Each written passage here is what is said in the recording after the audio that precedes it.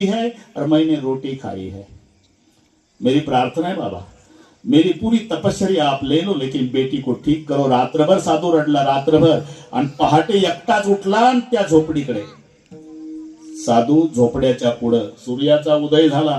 त्या मुलीनं बघितलं, तिचे मायबापही जवळ येत नव्हते, रडू लागली आतूनच. कौन है बाबा? भगवान भगवान कहते लोग, तो आप भगवान तो नहीं? नहीं बेटे, माझे माय बापही माझ्या जवळ येत नाही बाबा, 8 दिवस झाले. मुझे सब पता है बेटी, बाहेर आओ. बाहेर बोलवलं तिला, ती घुसत घुसत बाहेर आली. साधू गुडघ्यावर बसला, आपली जीभ काढली आणि जिभेनं ते जखमेचं डोकं चाटून काढलं. साधूनं ती रडू रडू म्हणाली, ये क्या करते हो बाबा?